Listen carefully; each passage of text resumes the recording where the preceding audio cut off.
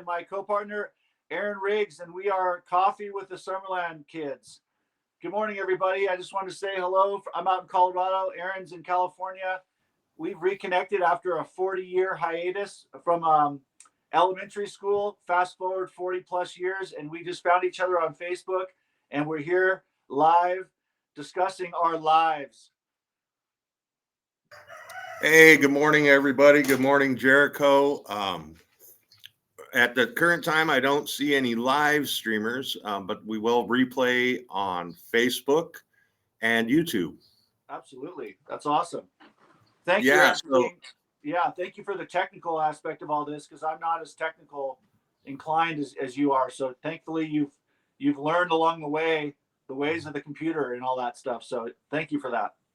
oh, absolutely, man. Like I was telling you before the show, it's just I think, a really cool way to both connect with old friends and, since the live stream podcast thing is going on, make new friends. Remember that song back in the day? Make new friends, keep the old, something, something. Yeah. Yeah, exactly. That's awesome, man. Thank you. So like always, we kind of we talked a little bit this morning. Haven't really picked up a topic to really focus in on today, other than it's just me and Jericho hanging out, having coffee, having a discussion, talking about the good old days and the good new days, up and coming ideas, Jericho's current art of life that we both live on the stage. Jericho, I love the suit and hat and glasses today. It reminds me of something. I can't quite put my finger on it. Yeah, it's a little ode to the Blues Brothers. I watched that movie yesterday again. I love that movie, and it's just a classic, iconic, you know, image that's burned in my head from 1980 when we were kids, watching the Blues Brothers. And then once you grow up and you realize the impact it has, two guys in suits or one guy in a suit walks in a room, it just carries a little more, sometimes carries a little weight to it, whether it's this hat or a cowboy hat or some little fashion thing that you pull off that makes people go like, what's up with that guy? You know? So yeah. No, that's I'll a switch trip. over. That's a trip because you can tell a lot about a person, I guess, by what they're wearing. Obviously, if they're wearing flip-flops and shorts and a t-shirt, they might be at the lake, they might be at the beach. I sometimes will put on a bright orange shirt and it just looks like I'm working construction or safety crew. Exactly. I've done experiments like with my hair, Classic. to where I let it go all shaggy, don't brush it, don't comb it, maybe wear my pajamas or some dirty jeans in somewhere, just to see how people react to me. Yeah. Yeah. And it makes a huge difference, because there was a time in my life during the Hollywood time, that I did do the persona, doing the comedy thing. I would wear suits and kind of cool jeans, and always had like a super cool print t-shirt and a sports coat. That was my signature, and a cool hat. Nice. Hell yeah. So Aaron and I went to Summerland Elementary School, and that's in Summerland, California. Really small little school. At the time, like I believe they were like technically kind of newer technology. They were like prefabricated metal buildings, and so they obviously had a decision to make at some point. I don't know what year they put those things there. I'm guessing the 60s. Um, and it was two classrooms side by side with a little center divider that you could walk through. First, second, and third in one room, fourth, fifth, and sixth in another. So we basically met up there in the early 70s, and by 1983, I think there's that photograph, or it might be the 82-83 school year, I can't recall, but Aaron and I are both standing there with our class and a bunch of classmates. So right now we have sort of like a few mysteries, I want to say, to solve with, in terms of like, where are they now? I've been reaching out to members and inviting them onto the page on the Summerland book. It's a little online private group for Summerland kids slash, you know, we're still developing that. So what's your thoughts, Aaron, on the members on board currently slash bringing people in to the Summerland book? Well, I think it's an amazing idea, because when we break down the big picture on social media, really we're still kind of hanging out in our groups. And, whether it's my gold group, because I'm interested in learning about gold since I live in the area, or my rock picking groups, or my copper weaving groups, we all kind of gravitate towards our preferences. And there's something nostalgic about reconnecting with, people from grammar school, or even, high school or junior high, that we all grow apart, but at the same time, we created those connections. We're humans, and socializing is such a human thing, that today's modern technology, where you can shop and have it delivered, and you really don't even need to socialize like it was back in the day, where you had to go into town and everybody from town was there. um, and so I think it's a lot different. I think technology has changed it. Now I'm going to shift gears here, Yeah. because technology, that's something that you were saying. I could do the share a link and you can join the show type thing. But with AI and the new computers, databases, and all this, um, it's really a lot different world. I guess efficiency at some point. Um, Definitely changed communications from, obviously telephone to internet to live streaming to broadcasting. Um, so it's really nice for me to have that Summerland book. It kind of brings me back to my roots, reconnects with some of those old peoples. And I think that's a great thing. I see a lot of groups like that. My high school group, or the hometown of the high school, they have a special group for photos and stuff. And Paradise up here, they have a photo group, and so that's cool. But there's really, different ways to socialize. I, that's that's what I think right now, Yeah, Jericho. no, that's cool. That's great. I mean, I do see that myself. The groups are forming, and a lot of times I feel like it's based on timeline or a time centric thing. Like people that are about, because I'm 53 now. I was born in 1970, and the people I feel that were born 10 years my seniors, so they were born in 1960. So by 77, they were like 17, 18, 19 years old. Those people, those are the ones that are sharing now. They're especially in the genre of punk rock. They're big time sharing right now in tons of different groups, and they're sharing their photography that they shot at the shows. They're sharing archival, those who had a camera, like a film camera, who went to the shows and shot shows. They're sharing that stuff. So it's like a time of which people that are, I want to say, probably over 55, um, they're the ones, the core holders of the history, that are sharing to the younger generations now, which is great. Because back then, I mean, we'd have to, like in the 80s, it'd have to be a true, fully formatted documentary film about a subject, and it'd have to be shown at a film festival for you to get a hold of it. And then secondarily, you'd have to look for it at your local VHS, um, you know, um, video store back in the day to find a document like the Decline of Western Civilization, documentary film about punk rock. You'd have to find it at freaking Captain Video in Montecito to like um, to watch it. But now you can search online for all these, for your favorite band, and you can watch all this stuff on your favorite band. So Aaron brought up earlier before we started the show, the artist Buckethead. What can you tell us about Buckethead, Aaron? I was just, I think I was listening to one of my heavy metal playlists, um, Guns N' Roses.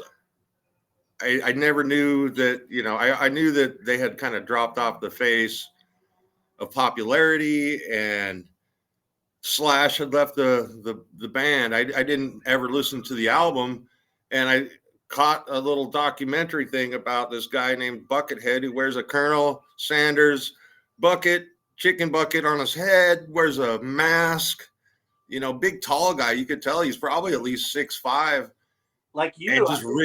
just rips Yeah. these solos, and just, I guess what his claim to fame was, one of his songs, Soothsayer, made it to a video game. So that's Oh, where, he kind of got more popular. But there's a lot of like underground live videos that are just interesting, very interesting. yeah.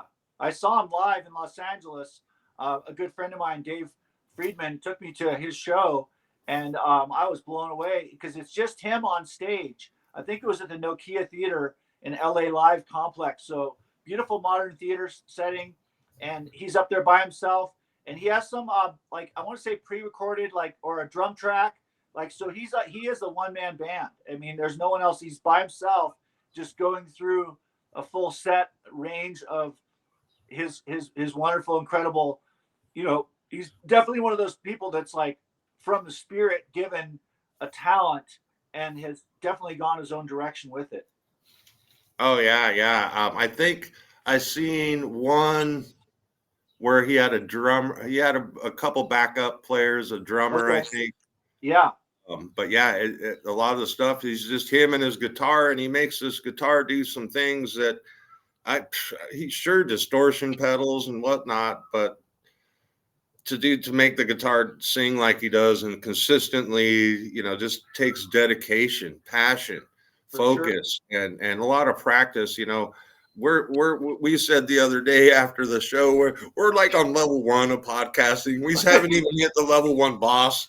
So part of this for me, like, is to get back into that groove, maybe not to be the greatest podcaster, but to allow myself to express without, Lost you there. yeah, basically to express without my worry about what the world at large thinks, because I could sit here all day and express myself to you with not a fear in the world that you're going to judge me and you're going to Right. say bad person. And so I can open up, be my child self, per se, child productive play. Who knows? It may not produce $1 million, but it may produce a difference in maybe one listener's life. I know we got some pretty deep stories. They're not Yeah. always a full show, but within the show, there might be we used to call them in our mindset meetings, golden nuggets, little golden nuggets of wisdom. Exactly. That's awesome, man. Yeah, going back to our childhood. I mean, we were from age 7 years old. I think that's when sixth grade, or sorry, first grade starts at age 7, and then by 6 you're 12 years old. So I mean, we're talking that's old school, man. I mean, I looked up to the kids that were older than us with amazement. Like how big their bag of marbles was that they had at school that day, or how cool their Matchbox cars were, or how awesome a bicycle they rode. I mean, I remember that stuff, man. Like, not like it was yesterday, but I do have a clear memory. I remember the sidewalk in front of the school. I feel like that little hallway was slick, so we would like slide our lunch boxes down that line. You know, do you remember that? I do remember going there on the skateboards. Um, Oh yeah, after school we would use the and I playground. remember we would just make stuff up, like you're saying, slide the lunchbox. I always had the hot lunch, so I rarely brought a lunch.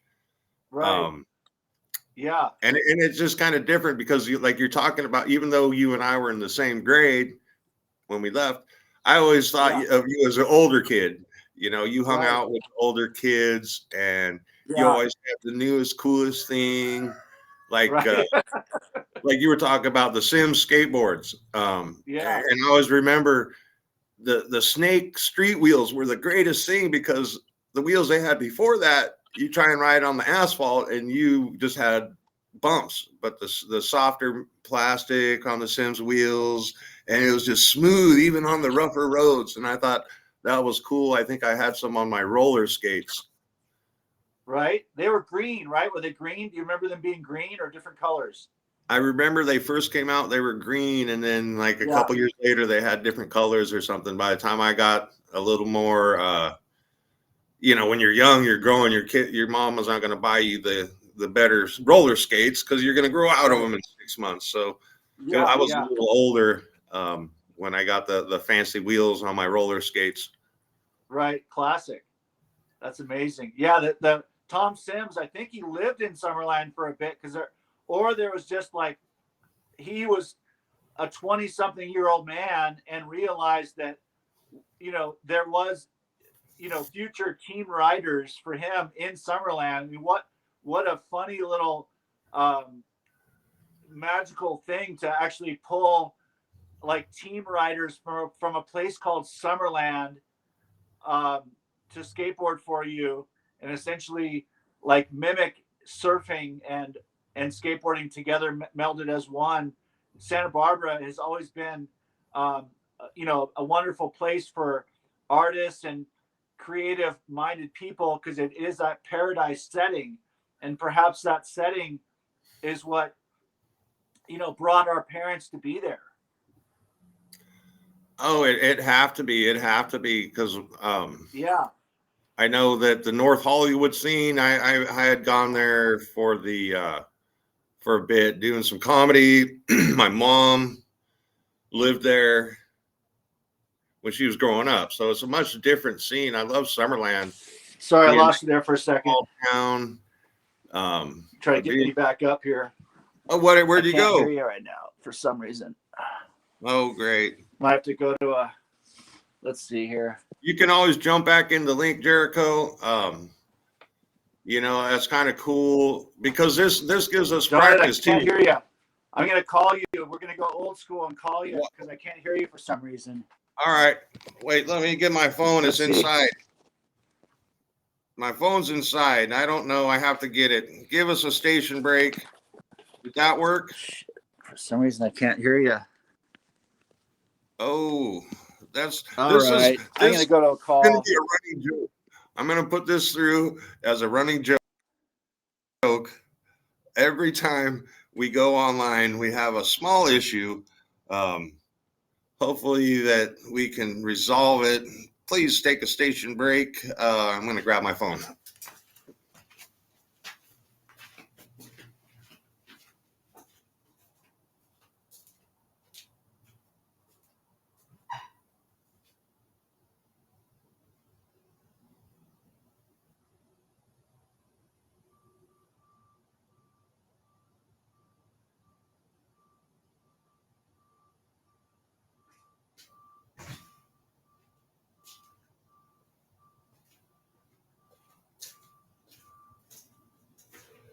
There we go. I got the phone working again. Hey, I'm trying to join in. All right, yeah. I'm going to make it a running joke. This is going to be the running joke every single time we don't have a guest come on or something. We have these technical difficulties. Yeah. Can you hear me? Yeah. Good. Okay, cool. So let me see. What do we got? We got 18. We're doing good, man. I mean, at least we're here. I'm here with you, and we're on the phone. Old school. No. I was noticing that, and just playing with the whole platform, I guess. Yeah. And how to, the phone call is cool because if someone wants to stay anonymous, they can just call in on my phone. And exactly. I mean, that's the upside of it all. It's a simple way to join in to the conversation. Not everyone is, and I wasn't myself, but I'm really embracing the FaceTime aspect of the new technology, where I stayed away from that for a long time. Now, did you embrace that right away, or how did you play with that? Well, back in 2008, when I was a freshman, in college, nice. I was studying, the different platforms. Like I remember one class that was kind of interesting because it was the class to just look at the different platforms and kind of pros and cons.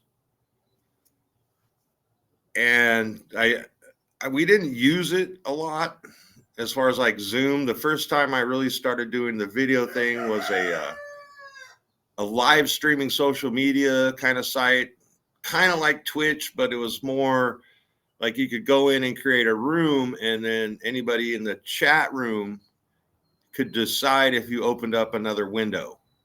So rather than sharing a link to join, the link was kind of built into the stream, and you could have four people, and you could make a topic on your room, and you could hand off the seat. You could bring people in on a hot seat or schedule guests or get into some very interesting conversations. And that was just, you could stream it, and it was just real popular. They never monetized it, so it shut down. It was called Blab. Oh, wow. That's cool. Yeah. I remember how all of a sudden, like small cameras became a thing. Like it was like an accessory, an extra accessory on some computers where you had like it was a webcam, right? Was that essentially a thing? Yeah, actually the first, thinking back, way back, remember the iToy? iToy. It was a plug-in for, I think it was Sega Genesis or maybe. Oh, wow. And it was a little camera, and it was like you could play different games. So where like painting, you could paint paint 75%. So the kids loved it because they're jumping around in front of the camera trying to cover the screen with their hand paint, with their finger paint. Oh, wow. And there was there was different games, kind of. It was almost a VR. I think it might have been Xbox One or something, old school the game, And so it was like a video. You think of VR now. Yeah. Kind of the same thing, except it was a little video camera that plugged into your game console and just a special game or two. Tennis, I think, was one of the games. Classic. I guess Apple just announced this morning, I heard that they're allowing something about third party. Essentially, it goes back to retro gaming, like a few retro gaming apps to let you play Asteroids, Pong, Cubert, just those super old school games.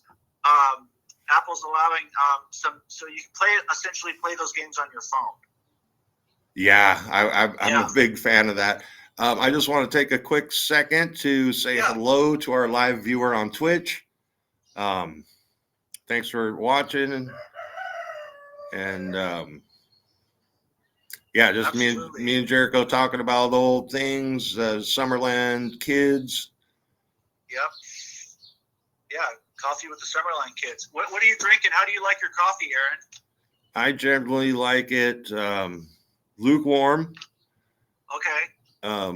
With some creamer, just half and half. Once in a while, I'll put half and half, and half of the flavored creamer. Okay, there you go. That's a good way to go. Yeah. I'm just what is it? 2 coffees, 2 creams, or something like that. Just to get going in the morning. We're all about getting fired up on coffee for a little bit and just chatting. Yeah. Sometimes I'll throw a couple shots of honey. Oh, nice. That's awesome. Did you ever have any experience with beekeeping? Yes. Wow. When was that? How old were you when you did that? I was maybe 7 or 8. I was still in grammar school, and my mom was really into it. She knew some beekeepers. She had a hive or 2 that she kept. Wow. Just right there in Summerland, in the backyard, dude. In the backyard of the Summerland house? Yeah. I remember one time I thought I was a beekeeper. I thought I was all that. I go out to the bees. They're out talking to the bees, and I open the bees, and they sting me. A whole bunch of them sting me. Oh, my God. Right? My head swelled up like a pumpkin. On your face? I got a couple stuck in my hair, so they stung me in my brain. That made me talk to the animals. This is a whole nother story. I'd love to tell you someday, but I don't think we have the time. It's all part of the Imagination Technology operating system that I had installed, or actually I had rebranded. Yeah, that's awesome, man. Yeah, God. So Aaron and I, like Aaron says, was there? And you say your mother was a hippie and your dad was a biker. Yep. Yeah. And in my case, my dad definitely embraced, and my mom too, embraced the hippie culture. And they had a little health food store in Montecito called The Settlement. And so I was definitely raised in that environment of the total hippie days. And my dad had a record collection of all the Cream and the Doors and, Led Zeppelin, of course. And so we were, and also the local radio station, KTYD, which I think has been around and still is around. They, in Santa Barbara at least, they were like always essentially like classic rock was their thing. Do you remember that? I don't specifically remember the radio station. I know I probably listened to it when I am in the area because I'm a channel flipper. Okay, I was thinking I'll be listening to the radio and I'll be like, I like that song. I'll turn it up. Oh, commercial or a song that maybe I don't like. So I'll hit scan. Yeah. Save the stations I like. Do you remember records? Did your mom have a record player? My sister had one. Okay.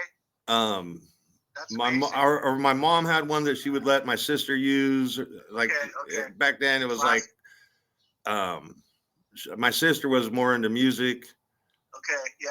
I didn't start getting into music until like 5th, 6th grade, maybe 7th grade. I remember one of the kids we went to school with, I think a younger kid, a grade below, put on some AC/DC for me one time. God. Had the tape. And you were probably, this is probably like, I'm guessing like, 1980 something, early mid 80s. Right? I think it was still the 70s. Oh wow! Maybe the 80s, maybe the early 80s, late 70s, early 80s. I don't know when it was, but it was like, wow, what is this? Did that blow you away? Yeah, and then with my sister being older, she always had her music, the Police, and different popular bands. She had her little radio back then. Okay, wow.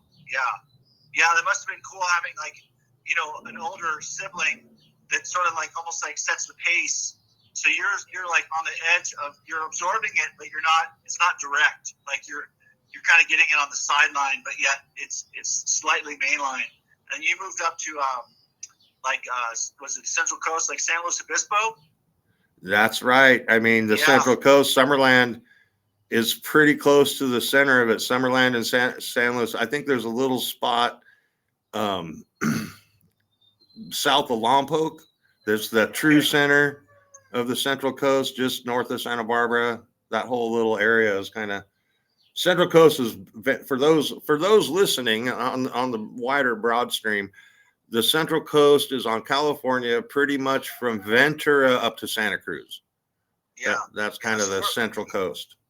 Aaron and I are both like definitely West Coast kids. If not, you just say pretty much beach kids, as our show is called, Coffee with the Summerland Kids. Yeah, it's cool. It's and it's these conversations too. I mean, realistically, a lot of people put on pod shows, but the real interesting thing is the conversations. Whether you're listening to an interesting conversation or participating. So I don't know, Jericho, I was going to ask you today what your thoughts are on that, on as far as possibly scheduling a guest or having some kind of open, because the other day I did an open one and no one showed up. I did some jokes to myself. It was kind of funny, but what are your thoughts on putting together, possible interviews on our show? I mean, we talked about it going for a week. It's a great idea. It looks like we're like 1 minute left. We're closing in on our end of show, but I'm definitely into that. I've been thinking about that myself. I'm a straight up, I guess you could say I'm old fashioned. Like I'm on a cell phone, iPhone 8. I need to upgrade, blah blah blah. But just learning the ins and outs of the restream, I've learned today that you can't touch it. You got to leave it alone, because if you get a secondary phone call, you just have to like let it go, so to speak. Because you're essentially on a live show, and that's where we're at. So we're on the the as far as tech, I guess you could say we're slightly low tech at this point. I love the low tech. Yeah. So we're that's it for today's show, guys. Aaron and I just did a half an hour. It's great for us to reconnect, and we're just reconnecting with all of you, and that's what makes it so special. And I'd encourage you to check your invitations if you're on Facebook, because we'll be sending out some invitations to primarily first Summerland kids to join Summerland Book, and I'll let you close out the show, Aaron, if you like. All right, yeah. Basically, after I get off this live stream, me and Jericho talk for a little bit longer, and then up at I think 8:15 or 8:30, if I can get a hold of Captain Cook, he'll be doing Motivational Mondays. I'm gonna try and act as a co-host on that one and let him carry the show. Just kind of open up the Pirate Radio platform for more people. So that's awesome. That's about it for today. Thank you for being a pioneer, Aaron, in this genre and doing what you're doing. It's really helping myself and then others included in the Summerland book group, just to reconnect with each other and thumbs up to reconnection.